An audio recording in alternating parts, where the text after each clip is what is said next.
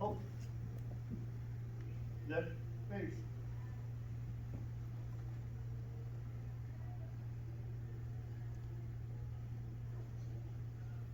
That arms. You join me in the Pledge of Allegiance. I pledge Allegiance to the flag of the United States of America and to the republic for which it stands, one nation, under God, indivisible, with liberty and justice for all. Pose.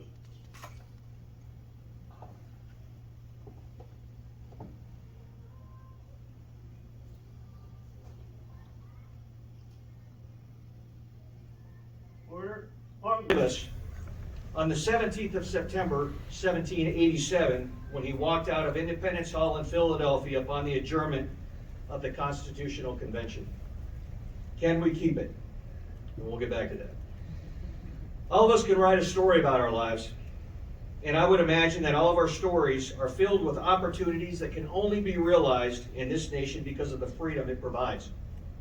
I am very fond of the American story, and I am deeply honored to be here tonight on the 248th birthday of our United States Marine Corps. Since its inception on November 10th, 1775 at Tun Tavern in Pennsylvania, millions of patriotic Americans have answered the call to be one of the few. As a Marine, the motto Semper Fidelis, or simply Semper Fi, acts as the Marine Corps' guiding principle.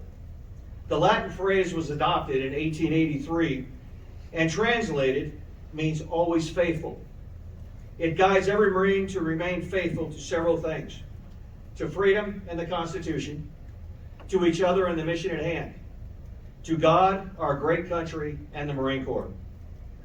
The mystique of earning the title Marine is an interesting concept. Upholding the storied lineage, these are people who have selflessly dedicated and devoted a portion of their lives to the military service of our country, to protect the ideals and freedoms of our representative republic that we cherish but so often take for granted. On one hand, they are modern-day heroes. We owe much of our way of life to them. At their nation's call, they traveled to all corners of the globe, running to the sound of the guns, placing themselves in harm's way to win our nation's battles. This exemplifies the very best that America has to offer. Yet for those of us who know Marines, we know that they are, in fact, quite ordinary people. Ordinary people who have accomplished extraordinary things. They are comprised of all walks of life, from the big cities to the Great Plains, assimilated under one flag, with the sole purpose of protecting and defending the Constitution of the United States. Defending the freedoms and liberties afforded to each citizen in this great country, unalienable rights, or those rights granted by God and not by government, freedoms unmatched by any other nation. By virtue of being an American, we are part of less than 5% of the world's population who call America home. We are all privileged, truly exceptional, and blessed. A land of boundless opportunities, united by our Constitution, the cornerstone of our republic and the longest standing in world history. It guarantees each citizen freedom and equal protection under the law. It's the framework for this nation and the catalyst for meritocracy. A place where the common man and woman have a voice in the only example of successful self-governance in world history. For it is the love of freedom where the only limits placed upon us are those we place upon ourselves. If history is any indication, we know that America and the principles it represents will always be in danger, both by foreign and domestic adversaries. Even at home, there are those who tout the benefits of socialism. Yet we know throughout history that attempts at its implementation have led to the oppression and deaths of hundreds of millions of people, because it and every model of tyranny requires that individuals surrender their liberty. Despite the false narratives, there is no good alternative for freedom. Therefore, we must recognize its fragility and be willing to fight for it. As President Ronald Reagan said, freedom is never more than one generation from extinction. It is up to us to pass the patriotic torch to the next generation, to preserve the blessings that God has given us, for without freedom, what really matters? Over There was a song first written and sung by Nora Bayes in 1917 as Americans were shipped off to Europe to fight the Great War, World War I, against German aggression, and was revived again during World War II, Korea, and since 9/11. Just last century, America saved Europe from itself 3 times with Marines leading the way. Over there, from World War I to World War II to the Cold War. Over there, from Compiègne, Bellawood, and Chateau Thierry to Guadalcanal, Iwo Jima, and Okinawa. From Incheon to Chosin Reservoir and Bloody Ridge to the Mekong, Quezon, and Wei. From the Middle East to the Far East, Marines have willingly run to the sound of the guns to fight over there to defend our freedoms here. At the twilight of my career in 2019, as I stood atop Mount Tapachau, the highest point on the island of Saipan, I can almost visualize the battle unfolding as our Marines and soldiers landed on the southwestern invasion beaches under a hail of gunfire and made their way up Death Valley to the east and stoved off the largest banzai attack at the time to the west at Tonopah. The same held true standing atop Fonte Ridge, where over 830 Marines and sailors lost their lives attempting to secure that key piece of terrain in order to claim victory during the Second Battle of Guam. And standing on the black shores of Iwo Jima, with a 30-foot dune ahead of me, I could not help but wonder what type of courage it took to overcome the barrage of fire unleashed by the Japanese, and what it must have been like to see our flag unfurled and raised atop Mount Suribachi while making my way across the blood-soaked beaches to claim victory. And our flag, Old Glory, seen on every battlefield since the birth of our nation, proudly carried by our Marines in every climb and place they fought, humbly draped over the countless coffins as a last bit of thanks from a grateful nation. Not long ago, in February 2010, our military forces were involved in an attack on a city called Marja in Afghanistan that had been controlled by the Taliban and drug traffickers for years. Marines led the fight, well supported by a number of special operations soldiers, sailors, airmen, and British forces. Many reporters were embedded with the Marines, and the telling email conversation back and forth between a reporter and his wife is particularly interesting. He had been with the Marines for a couple of weeks. He was young, not much older than the Marines who were around him.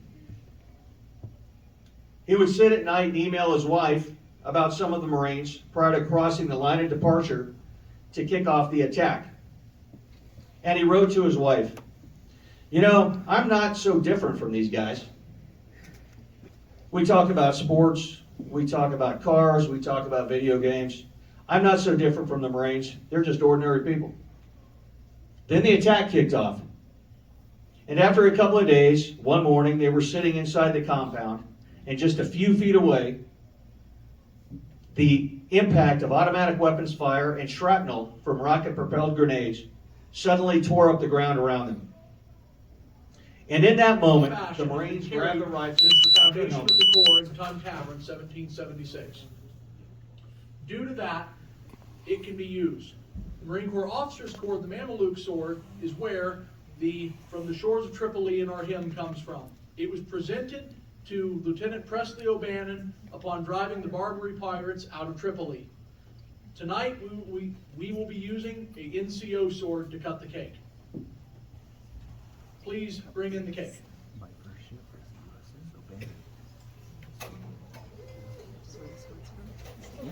Presley O'Bannon. Navy Lieutenant.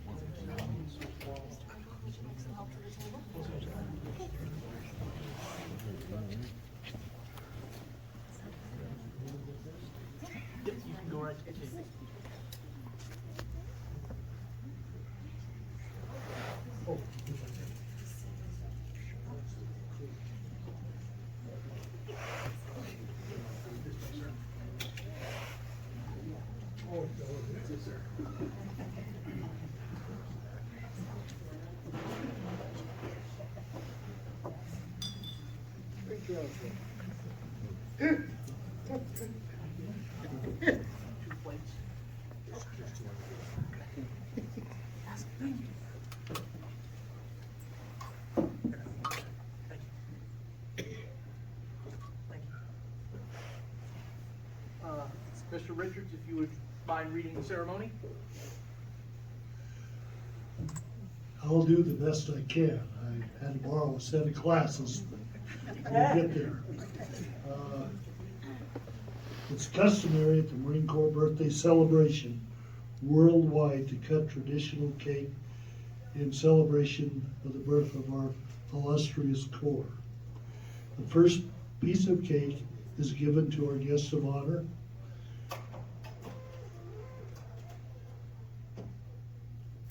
The second to the oldest Marine present. And he was born in 1933 and enlisted in the Marine Corps. Upon receiving the second piece of cake, the oldest Marine will in turn pass it on, signifying the passing of experience and knowledge from old to the young of our Corps, and will receive the third piece of cake, further emphasizing the fact that we care for our young Marines before we look to our own needs. So it must be.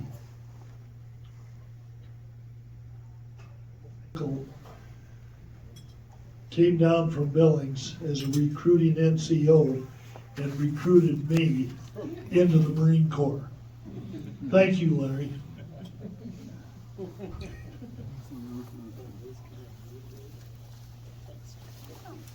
I guess just for show.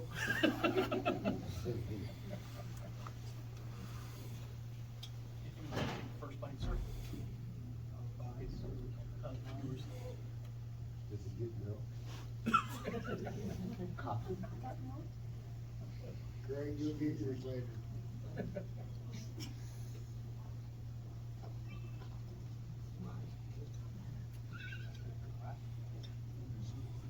Thank you, sir. Wait. Pull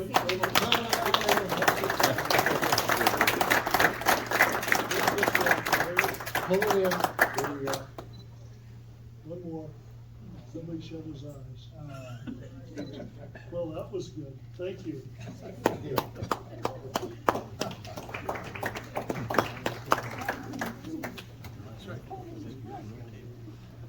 Isn't that big with, let me take the cake over there too? Really good, okay. Yes, sir.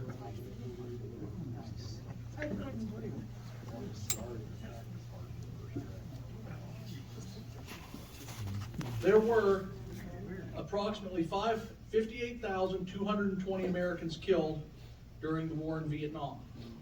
The war officially started in 1962 with America's entrance. However, in reality, there were Americans on the ground in Vietnam since 1954. The war officially ended in 1975. However, there were very many Americans who did not come home. As of 2020, the 58,220 Americans who died in Vietnam, 91 of their bodies still had not been recovered. During the Vietnam War, there were an additional 303,704 Americans wounded in action, and as of today, there are 1,584 Americans still missing in action in Vietnam. The missing man table seen at the front right corner of the room represents those Americans who are still missing in action or prisoners of war, that they are not forgotten. Not only were there 303,704 Americans wounded in action, there was also 18.2 million gallons of Agent Orange dumped on that country. And due to that, almost all of the veterans who did come home of that war have suffered some kind of serious damage from it.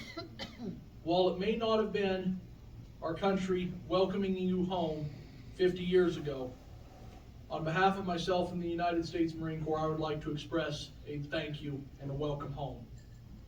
President Donald Trump also wrote a letter on behalf of the 50th anniversary of the Vietnam War. I would like to read that. commemorative of the 50th anniversary of the Vietnam War by President of the United States of America, a proclamation. Today, I lead our nation in somber reflection as we continue the 13-year commemorative of the 50th anniversary of Vietnam War that began in 2012. We salute our brave Vietnam veterans who, in service to our nation and in defense of liberty, fought gallantly against the spread of communism and defended the freedom of Vietnamese people.